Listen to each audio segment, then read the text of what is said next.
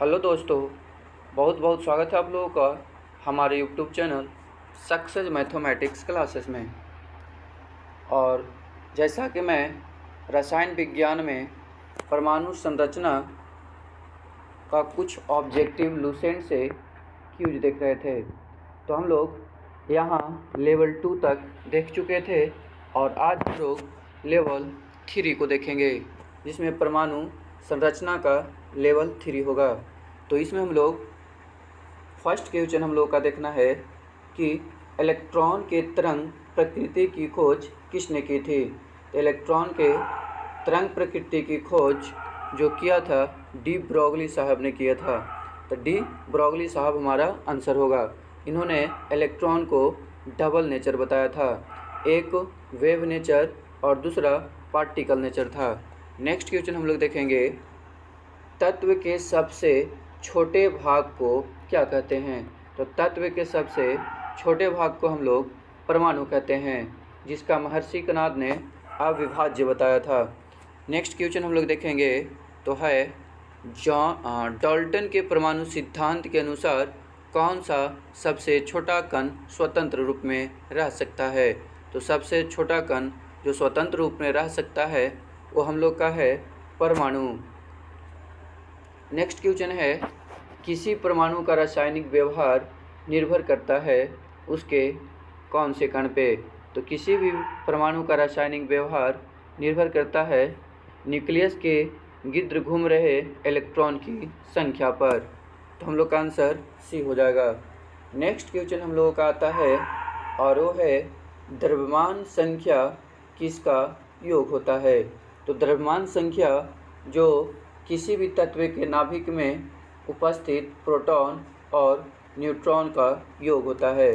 तो प्रोटॉन और neutron option D है। तो हम लोग का आंसर डी होगा। इलेक्ट्रॉन इसके चारों तरफ चक्कर काटता है। किसी भी तत्व का परमाणु संख्या उसके प्रोटॉन संख्या के बराबर होता है। नेक्स्ट क्वेश्चन है, किसी परमाणु के द्रव्यमान और द्रव्यमान संख्या के अंतर को क्या कहते हैं।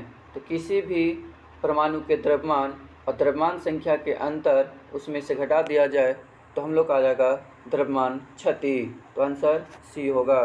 नेक्स्ट क्वेश्चन हम लोग का है, किस न्यूक्लियस कण में कोई द्रव्यमान और आवेश नहीं होता है किंतु प्रचक्रण करता होता है। तो हम लोग का आंसर हो जाएगा जो इसमें कोई आवेश नहीं होता है, आवेश ही neutron. Answer C. Next question हम लोग का है, किसी परमाणु में परिक्रमा कर रहे इलेक्ट्रॉन की कुल ऊर्जा क्या होती है। इलेक्ट्रॉन की कुल ऊर्जा क्या हो सकती है।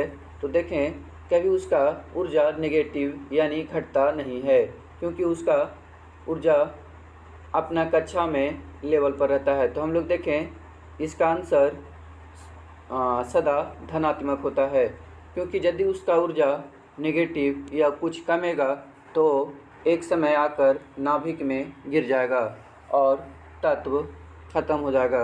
नेक्स्ट क्वेश्चन हम लोगों का है, किन किरणों के प्रकीर्णन से नाभिक के आकार का आकलन किया जा सकता है।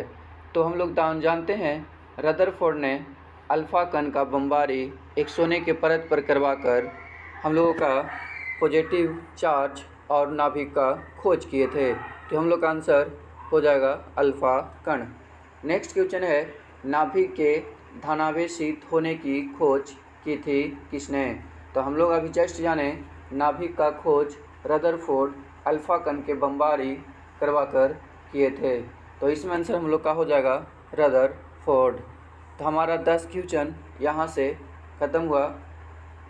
तो प्लीज़ वीडियो कैसा लगा आप लोग कमेंट कर ज़रूर बताएं और लाइक शेयर और सब्सक्राइब ज़रूर करें। Thank you.